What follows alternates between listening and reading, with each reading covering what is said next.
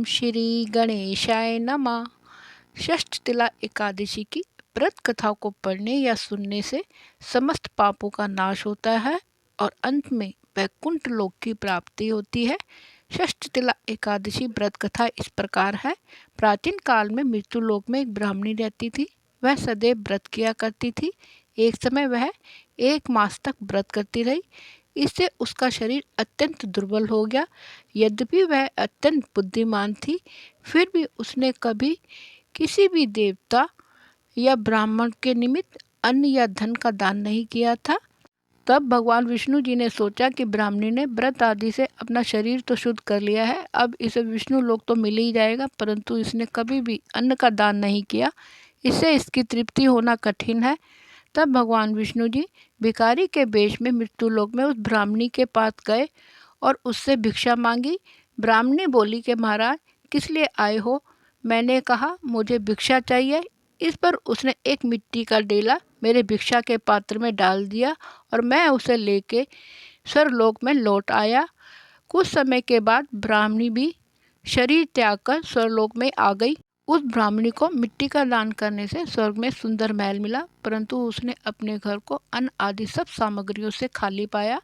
तब घबराकर वह मेरे पास आई और कहने लगी कि हे भगवान, मैंने अनेक व्रत आदि से आपकी पूजा की है, परंतु फिर भी मेरा घर अन्न आदि सभी वस्तुओं से खाली है। इसका क्या कारण है? इस पर भगवान विष्णु जी ने कहा, पहले तुम अपने घर जाओ, देव स्त्रियां आएंगी तुम्हें देखने के लिए। पहले उनसे षष्ठ एकादशी का पुण्य और विधि सुन लो, तब द्वार खोलना।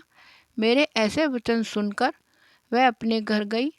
जब देव स्त्रियां आईं और द्वार खोलने के लिए कहा तो ब्राह्मणी बोली, आप मुझे देखने आई हो तो पहले षष्ठ एकादशी का महात्म्य मुझसे कहो। उनमें से एक देव स्त्री कहने लगी कि मैं कहती हूँ। तब ब्राह्मणी ने षष्ठ एकादशी का महात्म्य सुना और द्वार खोला। देव स्त्रियों ने उसको देखा कि ना तो वह गंधर्वी है और ना ही असुरी, वरन पहले जैसी मानुषी है। उस ब्राह्मणी ने उनकी कथा अनुसार षष्ठ एकादशी का व्रत किया। इसके प्रभाव से वह सुंदर और रूपवती हो गई तथा उसका घर अन्न आदि समस्त सामग्रियों से युक्त हो गया।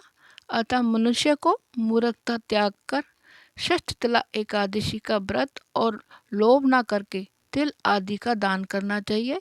इससे अनेक प्रकार से कष्ट दुर्भाग्य दूर होता है और मोक्ष की प्राप्ति होती है और अंत में वैकुंठ लोक की प्राप्ति होती है।